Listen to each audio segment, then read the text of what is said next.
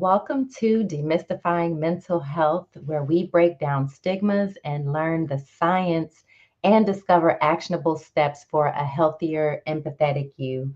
I'm your host, Dr. Alauna, trauma psychiatrist, and I am here to educate the world on how trauma connects us all and the many, many ways in which empathy heals. It is time to evolve. Today, I'm so excited to bring to you this topic, treating violence, a public health approach to trauma. And my guest today, Dr. Robert Gore, is an emergency medicine physician, an activist, and an author with nearly 20 years of experience addressing violence, trauma, and health disparities. Recognized as a CNN hero and a presidential leadership scholar, Dr. Gore brings his deep Brooklyn roots and global perspective to his innovative work, including the Kings Against Violence Initiative, otherwise known as CAVI. As an attending physician and professor at Kings County Hospital in SUNY Downstate, he's dedicated his career to empowering communities and transforming healthcare through education and advocacy. And his latest book, Treating Violence, confronts the epidemic of violence with groundbreaking public health centered solutions. So please welcome here today, Dr. Robert Gore. Having me. How you doing today? Hey, Dr. Rob, good to see you. Good to see you. It's this conversation's been a long time coming. I first heard about you from Dr. Eric Tate, who's my Morehouse brother and one of your. I don't know if you guys were in school together at Baylor at the same time. His wife and I actually worked together at the VA, at the VA together for many years. That's I call her my twin. That's my good friend. So he was actually a great mentor for me as I was getting into the speaking training and lane. Okay, yeah, he told me I needed. He knew all about like the work we've been doing with Kavi and the trauma work. He said there's another doctor's down here in Texas that you need to meet. Her name is Dr. Alauna, and I'm like, okay. I was like, I don't know who she is. I was like, her name sounds familiar, but I saw her last name. I was like, okay, there may be some other familiarity that we need to talk about a little bit later. But that's how we first came to meet, because I was also talking about some trauma curriculum that we were working on at the time, and that's the original story with how we got connected on social media.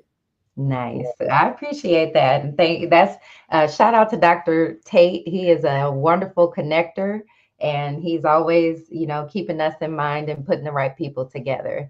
So I want to start off a little bit with some statistics because I think in the book, first of all, let me just say once again, congratulations Thank you.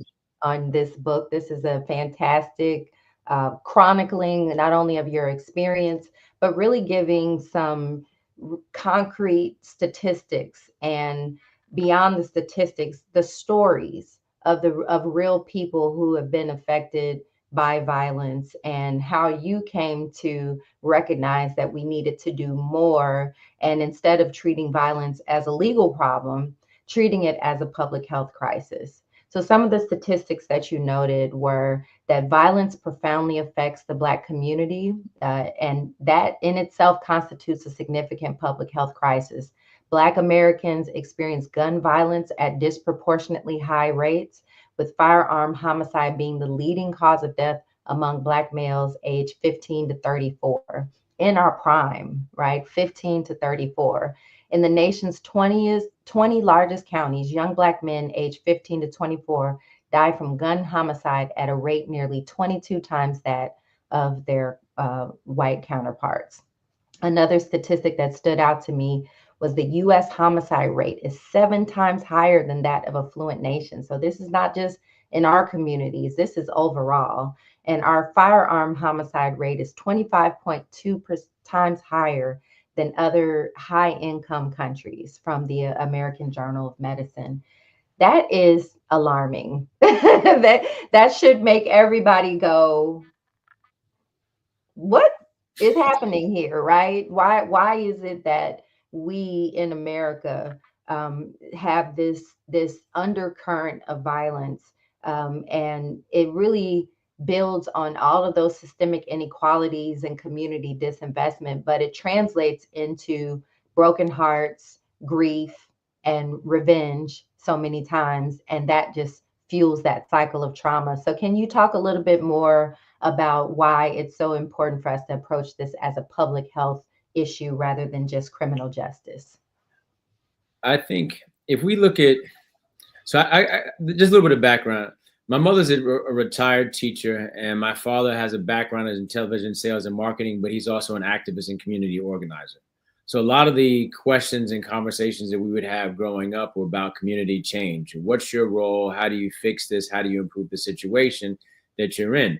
And they would point out specifically that, I've been afforded a series of opportunities that not everybody who comes from our communities get a chance to have. And so because of that, what's your role and how are you going to fix these things? And so I've always looked at events that have taken place through this problem solving lens. And that's not much different than this approach that I've been learning, that's been evolving in understanding and processing and treating violence and trauma.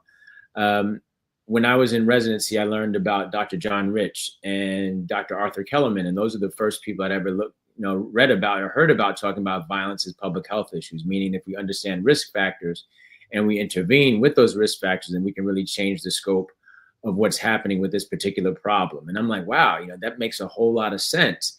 As if we think about this with any other infectious disease, the flu, we think about this with chickenpox, we think about this now we think about it with coronavirus or COVID-19. But people don't always look at these things through the lens. When we start talking about violence and trauma, they go, oh, this is something that happens. This is something that happens to those other people.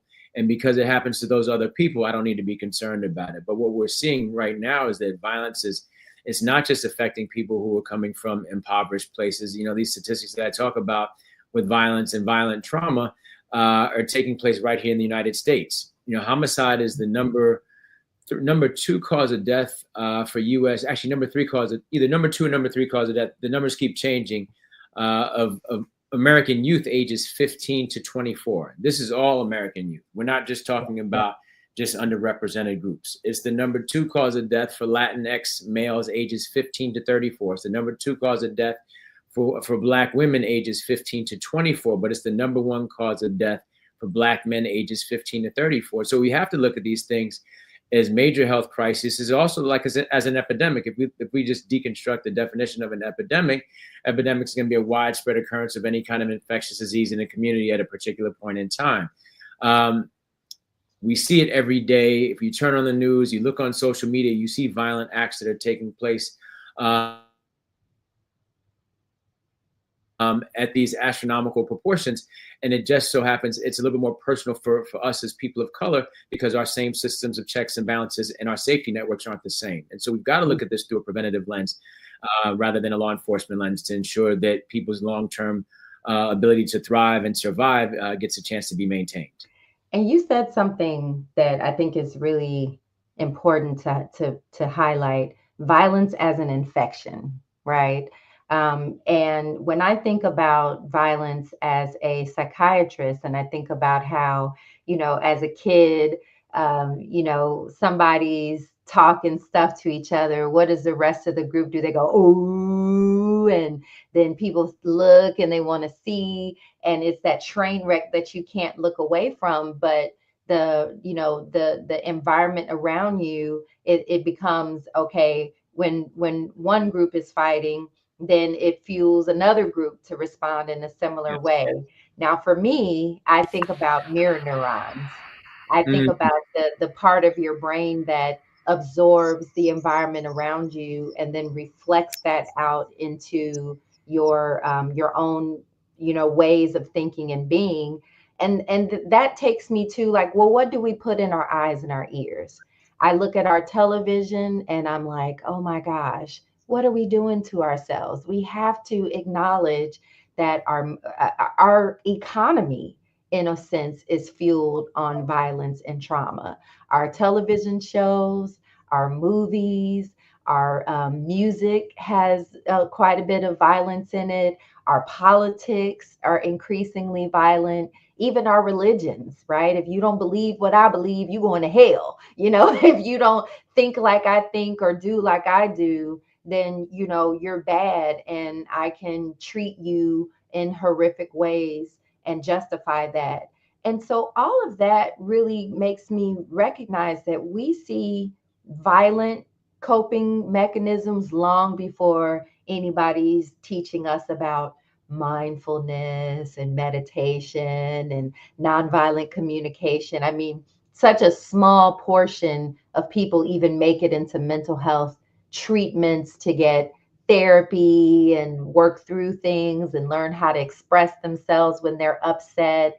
And so it's just, I feel like we're saturated in violence. So what else can we expect if that's what we're feeding ourselves every day? Any thoughts on that? Yeah, you actually hit on something, and I love talking to psychiatrists and behavioral health people about some of this stuff because I get all excited. I get really excited about it. But you said something really important. You said coping strategies, and anytime coping strategy is a survival mechanism. We're not talking about it getting you to the point that you're actually doing exceptionally well because you have this coping strategy. It's like, no, this is a default pathway that allows your survival instincts to take place because your body is stuck in fight or flight, or your community is stuck in fight or flight. And the ultimate goal of any living species that has the full capacity to do so is survivability. If you can't survive, you can't think about next steps. And so we've developed these ways of doing things without really having opportunities to process what these experiences actually are. Therapy itself is almost a luxury for many disenfranchised and underdeveloped places and communities. Anytime, when I started looking through trauma and stress a little bit differently when I became a parent. I also started looking at it a little bit differently as I started getting more into martial arts and combat sports and things like that. And I was thinking about working out, and I was like, okay, when you work out, honestly, there was a talk I wanted to do is like you could learn a lot from being choked, because I was trying to write about jujitsu and being on the mats and judo, and I thought it was going to be really cool. But what it kind of gave me an opportunity to do is do a deep dive. What happens when you're fighting and what happens when you're under stress and duress? When you're working out, you have to have these periods of recovery. If you're fighting, and there's no recovery, then your body begins to break down. Your muscles don't recover, your muscles don't grow. And then when you try to go back and do something additionally later on, you just physically don't have the ability. So your body's already functioning in a state of distress. And when your body's in a state of distress, you start to wear out, different functionality. We like, just kind of thinking back to like biology. We like to be in this state of homeostasis where we have this perfect balance in life. But really what happens, our bodies are these vessels that are really equipped to handle different amounts of stress. Allostasis is our ability to be able to, our body's ability to respond and adapt to these stressful situations that at hand. Once you move beyond what our bodies can handle, because that threshold has been reached and our system begins to break, that's now referred to as allostatic load. And so if you have allostatic load, everything breaks down. Physically, you break down. Mentally, you break down. Spiritually, you break down.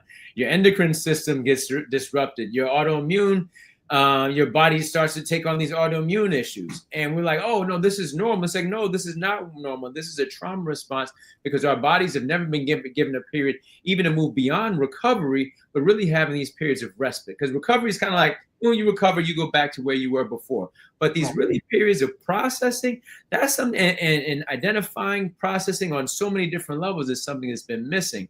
And so we've got to start figuring out what's required for us to thrive, reverse engineer a lot of that stuff, and cultivate spaces in places, as well as what we take in to allow us to process the traumas and the stresses that we see and experience on TV and within our respective communities and in some cases our home lives. Yeah. I mean, because so many communities, like you pointed out, there is no respite. When you live in the hood or hood adjacent, even your nighttime is not restful because you could be hearing bullets flying and ambulances going through, and you might be in your bed, but there's a part of your brain that knows a bullet could fly through a wall or a window, or something else could happen. That brings me to a component where you were talking about how we as a society came about really beginning to understand adverse childhood events, ACEs.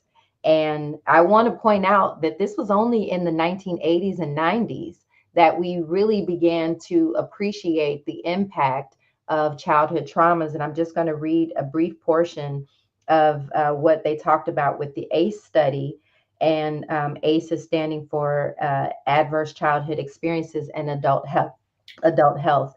And they were asked, in the study, patients were asked 10 questions exploring their upbringing. They were asked about physical abuse, like hitting, punching, and kicking by someone in the household, sexual abuse, sexual assault, rape, sexual exploitation, emotional abuse, such as threatening, isolating, blaming, physical neglect, not having adequate basic needs met in food or shelter, emotional neglect, failing to provide social support or needed mental health treatment, or not responding to the child's entreaties, like ignoring pleas for food, warmth, or care, mental illness in a household member, living with a formerly incarcerated person, witnessing violence against a family member, alcohol or substance abuse in the home, and parental divorce or separation, especially if there's great animosity.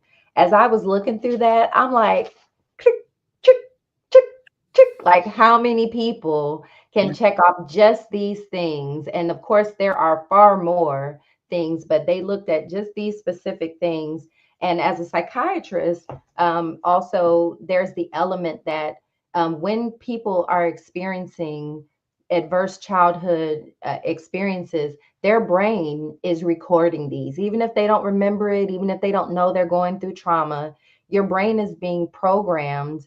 And they've even had studies where they've done MRIs to see that the amygdala, the portion of your brain that creates not only your fear responses, but all of your emotional responses, actually gets bigger, hypertrophies when you have experienced adverse childhood experiences. And so that means that the person's going to feel that much bigger. They're going to react that much more intensely. They're going to be that much more triggered because of these cumulative experiences in their life. There's a statistic that says that 60% of the US population has at least one adverse childhood event, and that goes up to 97% of ACEs for those who are incarcerated. So it's just striking to me that that so much of how we function as adults is created in those first 10 to 15 years of your life before you even know what trauma means. Any thoughts on that? We know what's crazy is that a lot of things that we view as cultural practices are really just coping strategies. But if everybody in your neighborhood, if everyone in your family has gone through these experiences, we like to say, oh, it's genetic. Oh, I have a genetic predisposition. It's like, no, trauma. You might have vicarious trauma that's passed down, generation, through our DNA. But if everybody's experiencing these same sets of behavior that are triggering and that are eliciting these, acute stress responses, which eventually become these long-term stress responses and developing PTSD, then you have an additional thing that's not necessarily tied to that same triggering event. You might have PTSD on top of PTSD on top of PTSD, to the point that these things stack up on top of you, to the point that your body and your entire system breaks down. Yeah. And so it's not, you were checking off the boxes, and like, how many people do we know? How many people in our own families? Definitely how many patients that we take care of on a day-to-day basis that may have one or more? You can talk about 60% of all Americans have one average child experience. That's crazy. If you look at more than 90% of people who are justice impacted having more than one, that's crazy. And if you more than 40% of people who are justice impacted will have 4 or more. That is crazy. And so your body can do a tremendous amount. The body is adaptable, but adaptability doesn't always mean that you're functioning at your most optimal state. So we've got to figure out what's required for us to kind of perform at our most optimal state. But people will do things and are functioning in ways they don't even realize there's another way to do something. They go, oh, I'm just tired. It's like, well, why are you tired? I don't know. This is just, I'm always just tired. It's like, okay, do you remember a point where you weren't tired? They go, no. And so that's a problem. And then you talk to their friends and their peers and their circles, and everybody has that same narrative. But then if you look on the outside and somebody who's not even in that environment, they go, this is not normal. Most people don't, if you look at, your average, communities that have access to affluence, and this is before the popularization of the mass casualty shootings started taking place in the United States. The behaviors that took place in many Black, brown neighborhoods, and we know you don't even have to be poor or impoverished and Black to experience these things. You could be hood adjacent. You could live in any kind of city, but you still become a target because you're still connected to that community. You know, I got lucky. My parents were in the home. I had a supportive environment. We lived across the street from public housing. I would hear stuff going on at nighttime. I remember seeing crackheads running up and down the block and around the corner. You had to look around and kind of have this really hyper vigilant way of engaging in your environment because your job is to make sure that you stay alive. You know, when I was 11, I started carrying razor blades and screwdrivers to school because I got jumped. You know, that's crazy. When you talk to your friends who live in certain neighborhoods, everybody has these war stories about how they got jumped and how they had to protect themselves.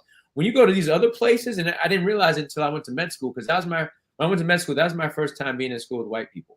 You know, grew up in Brooklyn, Black, Latino schools. There might be one or two kids in the school, and we even kind of jokingly said they're probably Puerto Rican because they lived in certain neighborhoods. But when you talk to other people who live in completely different, what are they? You know, the part of the multiverse. It's almost like a multiverse. They're like, yeah, you know the city, but this is a completely different city that we experienced. They go, oh, in med school, it's like, no, we don't live like that. No, we don't have those kinds of experiences. And you go, well, damn. Oh, yeah. I mean, I remember thinking about like until I really got deeper into these trauma concepts, I didn't think about the concept of like drinking as a coping mechanism, right? Drinking alcohol. But then when I started looking at so many people go, oh, I'm just going to have a nightcap. Oh, it's 5 o'clock somewhere. You know, it's a thing that when people feel stressed, I mean, look, there's commercials that literally, are you tired? Have a wine, have something to drink, right? And so it never fully occurred to me that that's a unhealthy coping mechanism until years later when I'm like, you know, alcohol has had a great marketing campaign, but it's poison. It's not doing anything good for our system, even though you Caffeine too. right. Caffeine, I'm gonna irritate a lot of people when we say that, but it's still a stimulant, which helps improve focus for somebody who may be somewhat neurodivergent, who didn't sleep all night because they were stressed out. And we know think about in residency, when certain substances were legal versus when certain substances weren't legal. You got residents who were popping pills, doing all these energy drinks, and then they got to smoke weed just so they can go to sleep at night. Then they feel depressed and drained, and so they got to up that stuff. They're doing the multiple espresso shots, the Monsters, the Red Bulls, the Mountain Dew Code Reds, all that stuff just to function. And then they do that same cycle over again. These are all coping strategies that people undergo. And when I was first introduced to concepts like yoga or meditation and mindfulness, you get this pushback from people. And you know, I was open to these things, but even for me in the beginning, it was like, this is kind of woo-woo. Like, what is this? And you know, learning deep breathing mechanisms. I'll tell you one thing that really blew my mind. And I didn't learn this in medical school or residency. This was practicing at the VA and being in a inpatient environment where we were not giving the veterans benzos and things when they would get angry or upset. And we taught them how to hold ice. And the psychologist demonstrated to them how to break out of a panic attack by holding ice. And it worked every single time. And not only did it work, but it worked within 10 minutes. They were able to recenter mentally and recenter physically. And it's now something that I teach people on a regular basis. And still to this day, a lot of practitioners have never heard about it. But it was it distressed me because I was like, why do I know all of these different prescriptions and all of these different ways of addressing panic through something that's going to cost, and not realize that you can grab a handful of ice and break yourself out of an anger or a panic attack. And there's something wrong here, that some of the simplest, freest, easy things to do have not been taught to us. And it shouldn't be when a person is so down the road in terms of a diagnosis and treatment, that they're just learning these things. These need to be taught to everybody, taught to children, so that even in our youth we can learn healthier strategies and coping mechanisms, and it's not behind the wall of having to the luxury of therapy, the money and the access and the time to be able to connect to a mental health practitioner. It just needs to be a part of our everyday conversation. And so that is such an important element that I think that gets left out, is that we can be something that we can do to break the cycle is begin to implement these strategies in our day-to-day life, not waiting until it's a crisis to learn these things. When you and I, right before, wait, I think did you freeze? Okay, now you can't unfroze. Okay. When you and I were speaking before we started recording, you started talking about the trauma work that you've been doing and discussing some of the different pathways, the actual, even the structures and what takes place when someone going through certain traumatic experiences. You talked about the amygdala growing. You talked about even just introducing a lot of vocabulary to other people who are in medicine. What you're describing with the ice is something that is highly, it's so important. We see a lot of athletes doing a lot of it. Some of them are looking at it for post-workout recovery. But when we were in medical school and in residency, we talked about somebody going into SVT, supraventricular tachycardia, and the different ways that you can promote vagal stimulation, putting their face in cold water. And everybody thought this was kind of funny. We go, ha, ha, ha, where am I going to do that in the emergency department? I'm just going to give them some adenosine, slow their heart rate down, and that's going to break it. Or you might ask somebody to hold their breath. These are all different pathways that very, very well, but it kind of goes back to promoting vagal nerve stimulation, which is parasympathetic nervous system innervation. I think, medicine, and I feel like sometimes I feel like we're almost the anti-medicine, because we're looking for ways that don't require you to medicate yourself and to work yourself out of, needing to see somebody to treat your problems. But if we don't start looking at these approaches, because the ice, that's something that most people have access to. Even if you don't have access to ice, most people have access to cold water. Where, my kid, I got a 4.5-year-old, and I'm always thinking about ways to get him to calm down and go to bed. I do find out that he likes cold baths. He doesn't want to start off like that, but he loves it. He thinks it's cool and stuff like that. It also chills him out. There's this guy named Wim Hof. I don't know if you know about Wim Hof. Wim Hof is this Dutch guy, and he talks. They call him the Iceman. And Wim Hof is like a yoga guy, and but he'd also experienced a lot of trauma. He lost his wife to suicide, and he said, I didn't know what to do. I was going through these periods of depression, and something told me to go into the cold. So he started going into cold water, into the canals in Amsterdam. And he said, I wound up kind of feeling a lot better about myself and feeling better. And so he does all these courses looking at cold exposure and breathing. But all this stuff is really, how do we ignite our parasympathetic nervous system? As a parent of a toddler, you're the OG parent in the group, but I remember my kid was having these meltdowns. I was like, oh man, what the heck is going on with this dude? And then I started looking at the parent literature and stuff, and they start talking about not just tantrums, the kid is dysregulated. And I'm like, wow. Yeah. I love that term dysregulated, because it really describes what a toddler is going through. Yeah. It also describes what a lot of our patients are going through when they're having meltdowns in the ER because they're overly stimulated. So what are the things that we can do to kind of help regulate somebody when they're dysregulated? The deep breathing, exercise, making sure that we avoid certain things that might be kind of stimulating, which, oftentimes environment and some of our people and family members may be overly stimulated because when we engage with them, we don't have that period of respite. That respite period ignites that parasympathetic drive and allows our bodies to recover. Yeah. This guy named Norman Deutsch, and he has a book, I think it's called The Brain's Way of Healing or something. He mentioned something. He said your brain, you can develop new neural pathways in an inflamed brain. And so if you're having all these trauma responses and you've got these inflammatory markers that are increasing on a regular basis, how can your bodies and really adapt new ways of doing things, because it's not itself to in that capacity. You got to figure out the stimulating our body and unhealthy to allow us to really be able to heal. Yeah.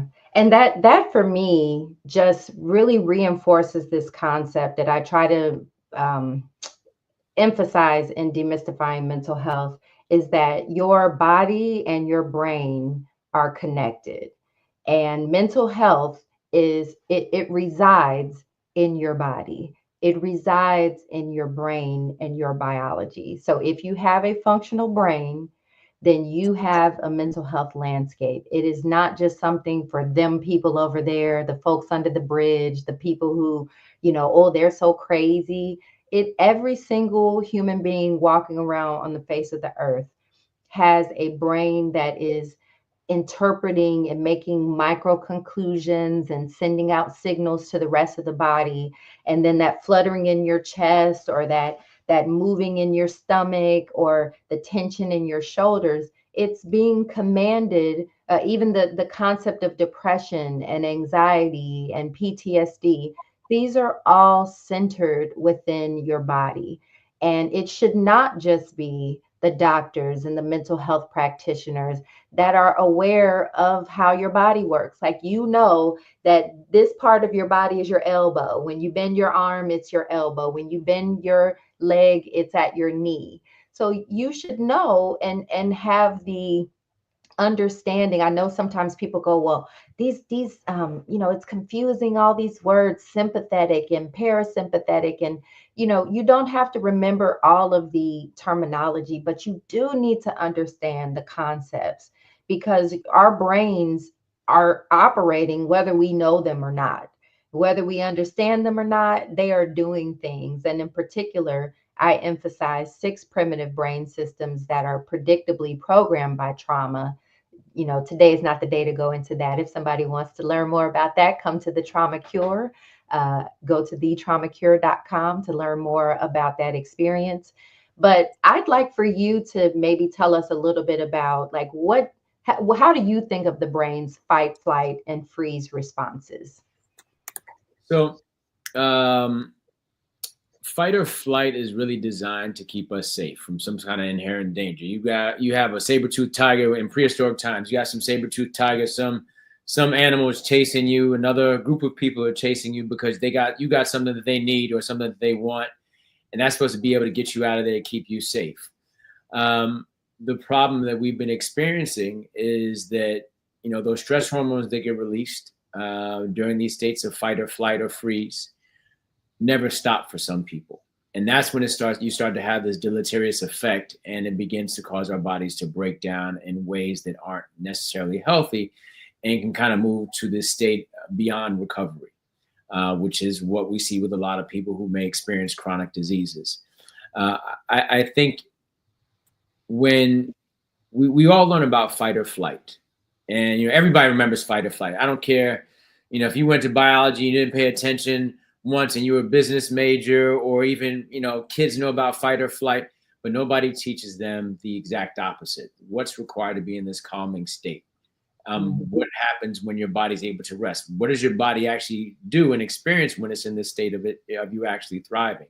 And so I think it is important that even though, particularly more for healthcare professionals and practitioners, to learn this terminology and begin to use it, because it also starts to humanize what our patient experiences are.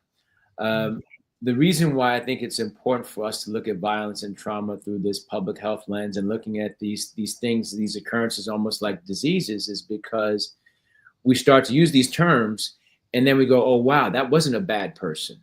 That wasn't a person who deserved to die. That wasn't a person who deserved to be locked up, lock them up and throw away the key. That was a person who experienced trauma and it never had an opportunity to rest, recover, rebuild, and allow their body to move to a point that it's in a position that it can do well.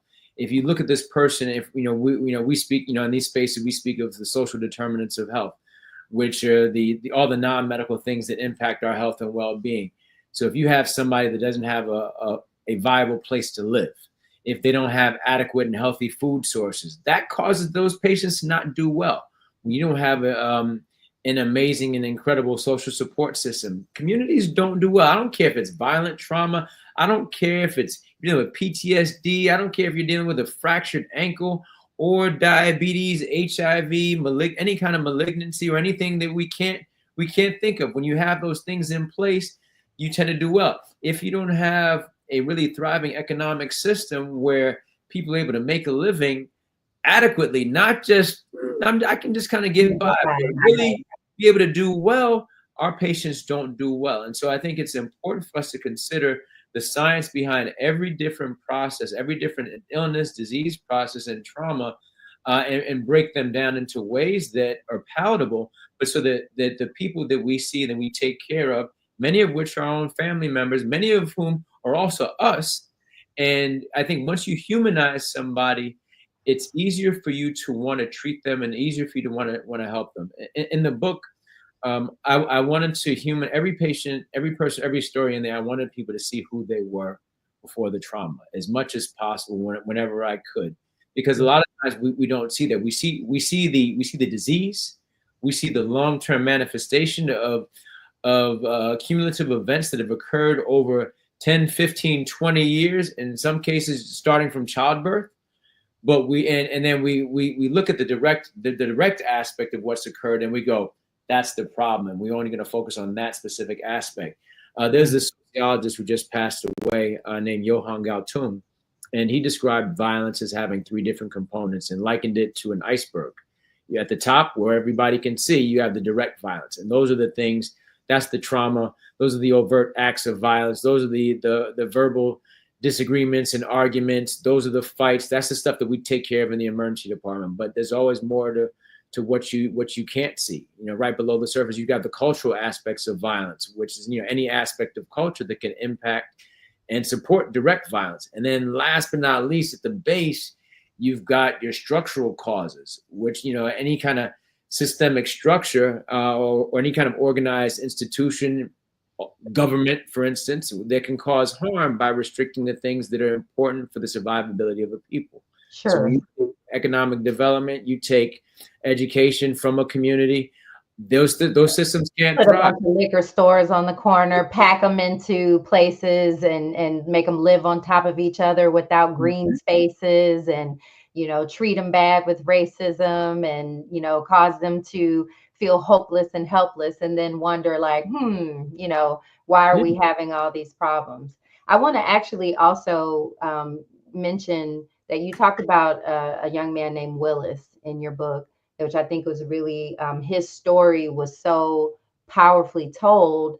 And in part because you could see how even a person who's trying hard to improve their environment, and I think about folks don't realize, or maybe don't know, but I wasn't always a doctor, and when I was young I was gangbanging. I was connected to groups of kids, and if you didn't want to get jumped by that group down there, then you needed some other people who were going to have your back to make sure that those other group knew, don't mess with me, because I got my crew.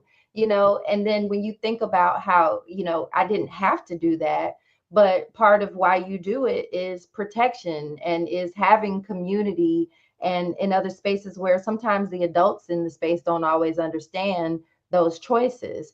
So it was interesting to see someone who's trying so hard to pull himself out of that, but because of so many systemic factors, can't make enough money to get myself completely out of these spaces. And then he ends up, doing so much good for the community through being one of your violence intervention specialists, but then losing his own life to violence because he still had to walk that fine line. I think that was such a powerful way you told that story. Willis was an incredible person. I've thought about Willis every day for the past 10 years, because the anniversary of his stabbing and the anniversary of his death is coming up. The anniversary of his death is coming up in August of this year, but he was stabbed multiple times on my birthday.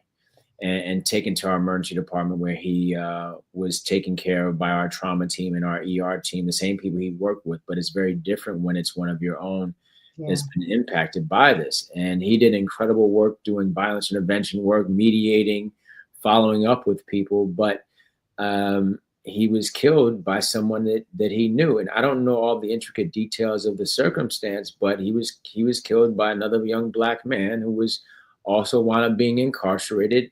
And I don't know that young man's backstories either, but you got two people whose lives, one person who's no longer here, whose family will never be the same because they lost their loved one, and another person whose family will never be the same because their loved one was also incarcerated, probably behind some crap that made no sense. That if you able to think through these things in a very clear and coherent manner, you realize this is stupid. This doesn't make a whole lot of sense. And it kind of comes back to, our conversations when we're so stuck in fight or flight, we can hyper focus on things, but we can't see very big pictures. We can't see all the intricate details of the things and the patterns around us that dictate how things can potentially go. We don't look at every single outcome. We can go like this with that tunnel vision. But I think you have those periods where you can do, like how you described, using the ice with your patients in the VA hospital to take deep breaths. Even if you took 2 to 3 deep breaths in a row, we already know your heart rate is going to go down. Your heart rate goes down, your parasympathetic nervous system starts to sit in. You can at least recover and have an ability where your body's not so tense with all this anger and frustration, and you can at least see what's in front of you clearly.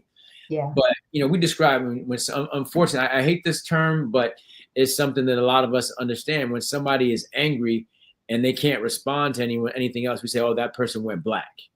Mm-hmm. And I don't know if it's because it's black like the curtains, or they talk about us as a people, but we got to figure out a different way to kind of describe that experience. But people have so much anger and so many frustrations, and have never been given the space to learn how to understand how to regulate their nervous systems under these periods of intense stress, that they wind up doing things based on a coping strategy.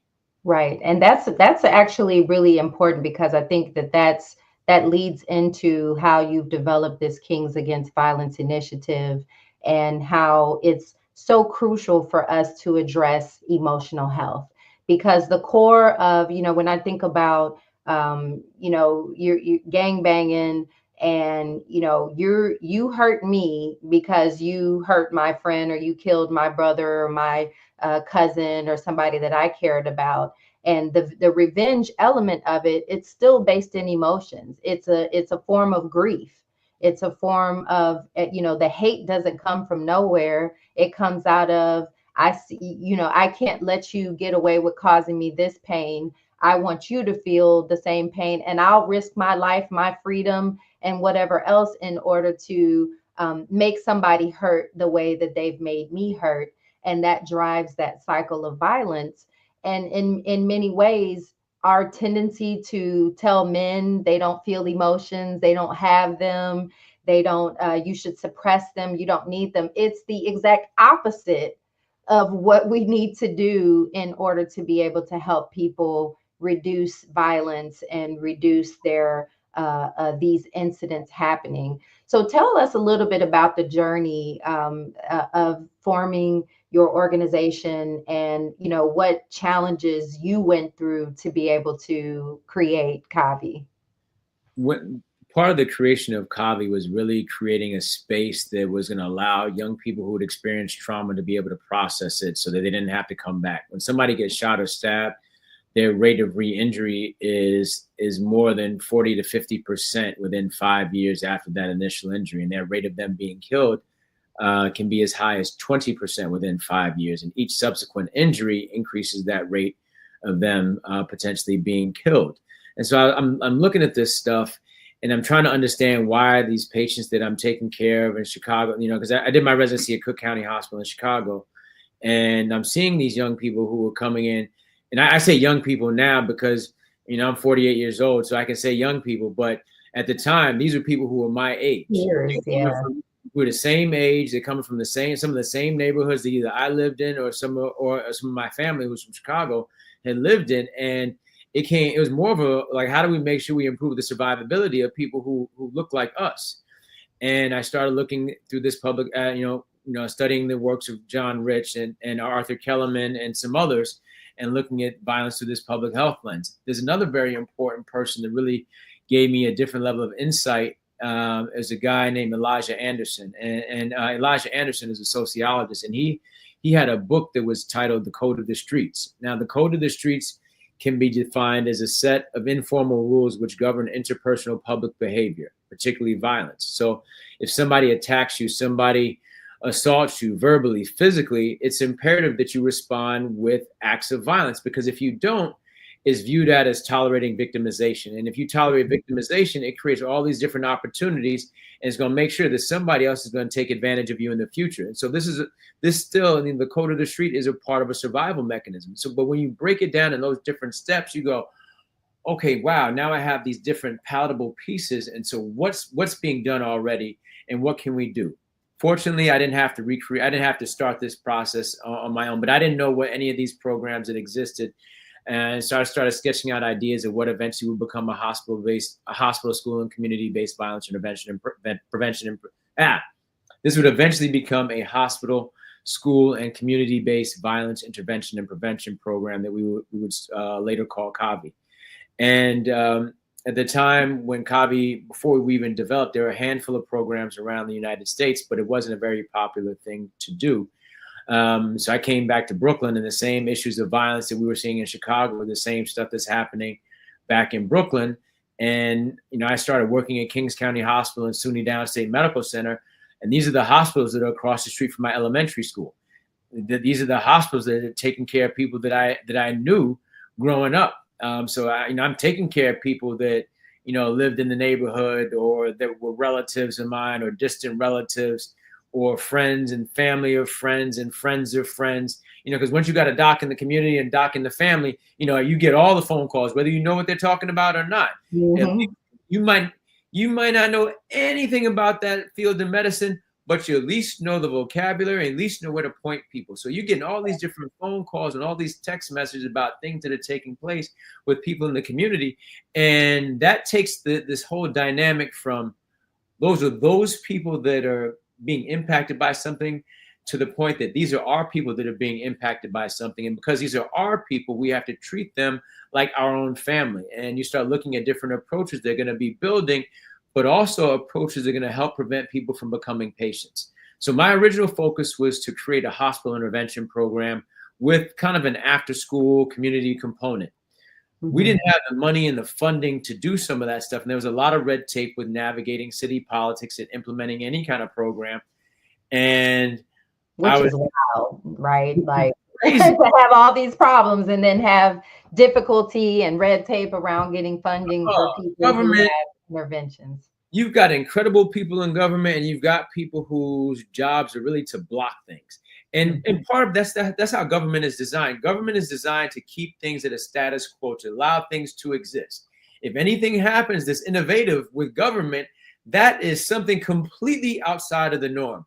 That is not a regular practice. And so when you see government creating innovative programs, you go, wow, this is really, or something affiliated with government, you're like, wow, this is really different. But people in private sector, they're like, nah, dude, that just makes sense. Why wouldn't you do that? Just check the box, do this, bring a team on and do that. But, that's not the job. That's not the job of government. So we had a lot of red tape. I've been doing a lot of extensive work with doing training and development in Haiti. And we were looking at how to kind of create a integrative health system in the north and northeastern parts of the country.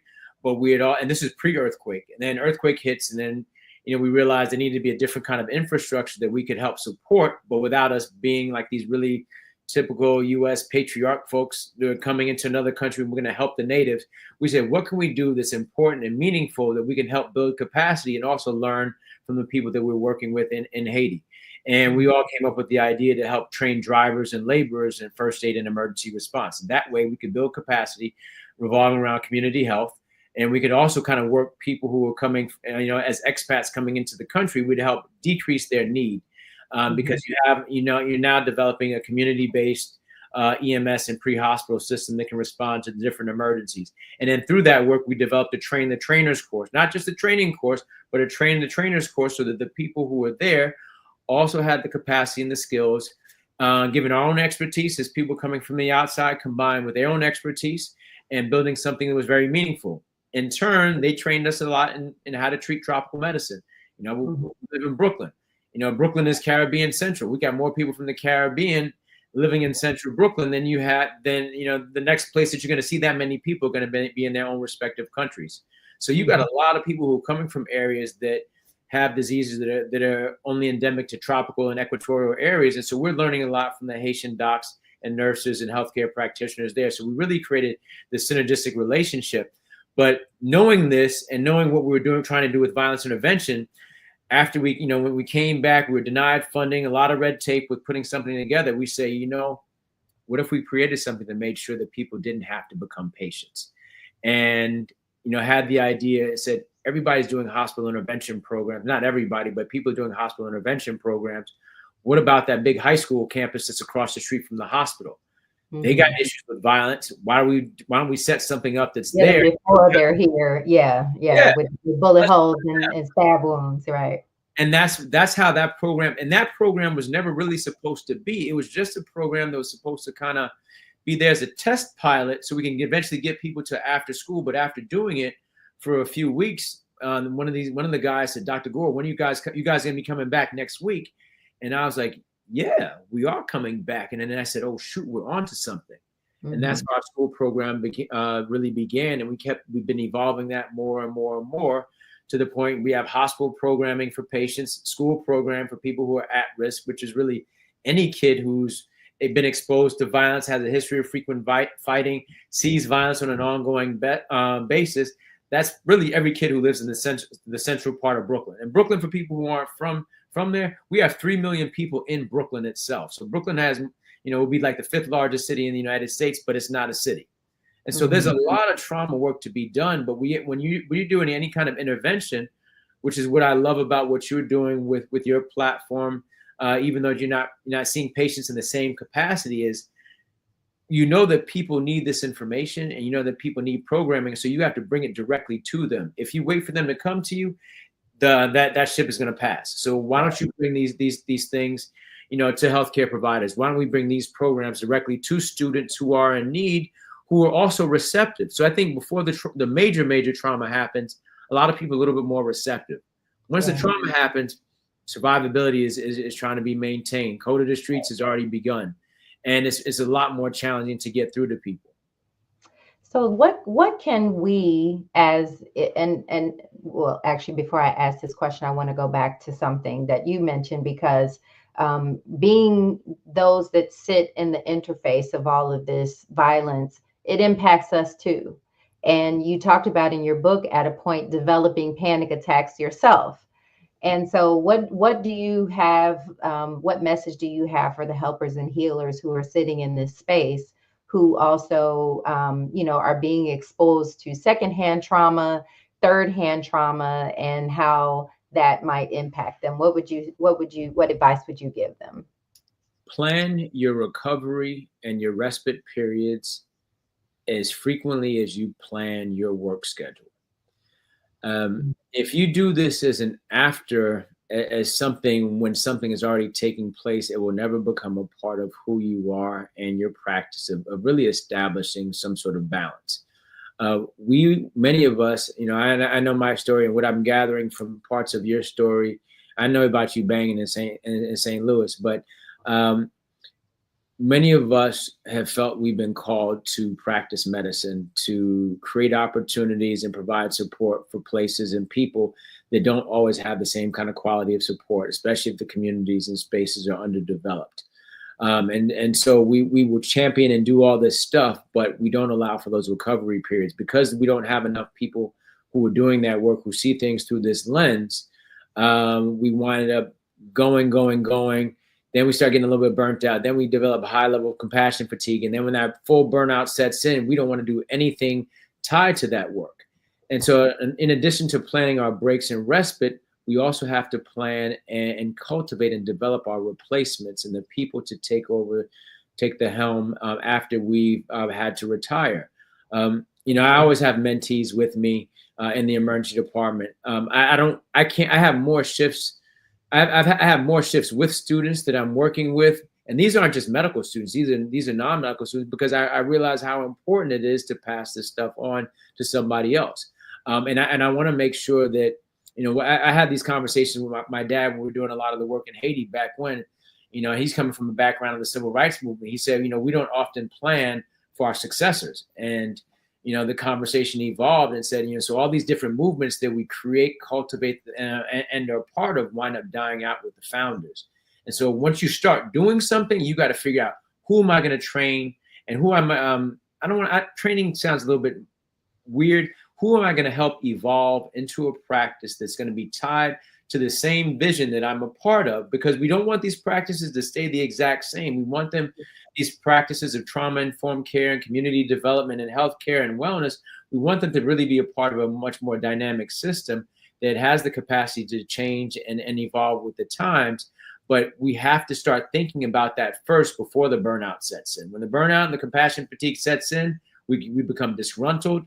And then the stuff that we say, the words and how we phrase it, a student or a mentee, they go, damn, I don't want to do that kind of stuff. I'm like, shit. I don't want to be like that. That's not who I want to emulate. And so I think I'm going to go far from it. And so I hate when I see physicians and say, don't do medicine. It ain't what it seems. When you're around somebody and they start saying that, it's already too late, because we realize how impressionable it is. And if that's the only contact that you got with somebody who's a physician or somebody who's in this particular space, that completely shapes your, what happens in the future. That's true. I love that, planning your rest and your recovery like you plan your work schedule, because for so long we're taught not to have boundaries. In fact, medicine usually looks for the most altruistic, most volunteerism, most enthusiastic people to giving of themselves. And you go through this rise and fall of undergrad and medical school and residency, climbing from the bottom to the top of the heap and sliding back down for the next version of it. And all that time, you're not really taught about setting boundaries. You're not taught about rest and recovery. You don't feel like you have the time and energy for mentorship. So that is such an important concept to start with. And as you said earlier, reverse engineering the solutions. What does healthy look like? I know we're not there, but if I can think about what a physically and mentally healthy, healed life looks like, and then reverse engineer the pathway that a person can get there, all of us can make progress.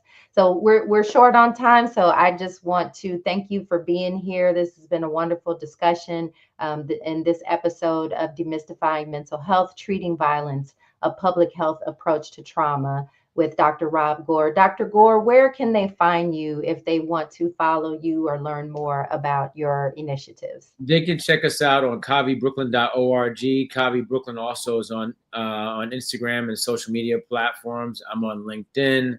I also have my own IG handle, which is SIRIEMA22. And so they can check me out there, and yeah, we'll keep things coming. But the stuff that we've been fortunate to be a part of, I'm hoping gets augmented to become part of even greater movements. And so we're looking to people to come join us. But thank you again. Thank you to the team for having me. And I'm hoping this is the first of many discussions and things that we're going to help develop.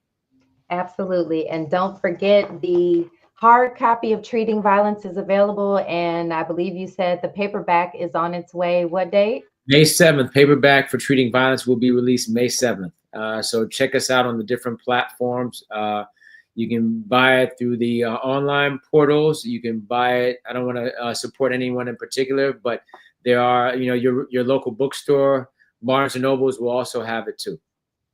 All right. And if you're looking for me, I'm Dr. Alauna. You can find me on social media platforms at DRALAUNA, Dr. Alauna, trauma psychiatrist. And if you'd like to learn more about trauma from me, the next Trauma Cure is May 31st and June 1st. And you can go to thetraumacure.com to learn more about joining us. Thanks, everybody, for tuning in, and it's time to evolve.